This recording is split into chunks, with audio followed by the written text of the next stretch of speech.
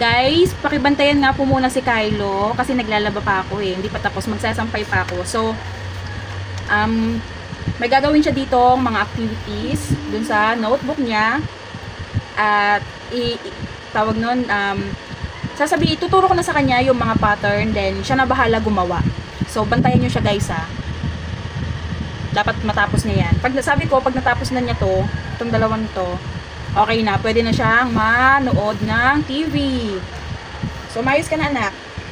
Ito na ha. So, sabi dito, kulayan ang mga hugis ayon sa nakasulat sa ibaba. Kulayan ang parisukat sa kaliwa ng kahel. Kaliwa. So, ito yon kaliwa. Ayan ko na po yun eh. Kaya yung ang soko, di ba po? Hindi pa anak, may pattern anak. Wait mo si mama. Okay. I love you too. So, ayan na guys. Nilagyan ko muna si Kylo ng pattern para alam na niya yung gagawin niya. Tsaka yan. At kaya medyo natagalan kasi alam nyo ba, ayan, kagaya niyan, kahel. Hindi ko alam kung anong English ng kahel B. Naku po. Nag-research pa ako. Orange pala yun. My God. Ang lalalim naman kasi ng mga Tagalog, luntian, 'di ba? Tapos ang blue, asul. Tapos yung pala, yung purple. Tignan mo. Lila. Grabe naman. Grabe naman. Yung green, pwede naman kasing berde. Luntian pa talaga. Yung Tagalog niya talaga, ang lalalim. So, ayan na po. Iiwanan ko na sa inyo si Kylo ha. Bantayan po ninyo ha. So, ayan na guys ha. Bantayan nyo po siya. Lalaba muna ako ha. O anak ha, may mga pattern si mama ha. Yung walang colors, wag mong kukulayan, okay? Kagaya niyan, wag kukulayan, okay? Sige na. Gawin mo na assignment mo.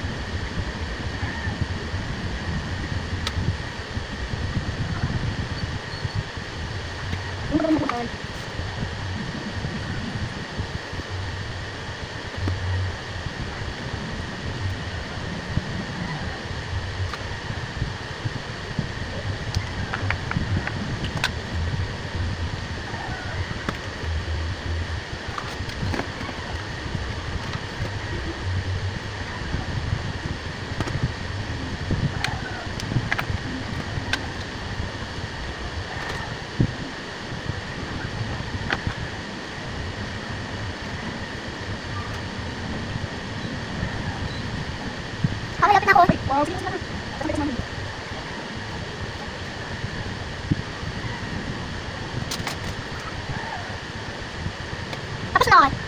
Tapos na? Tinagok na?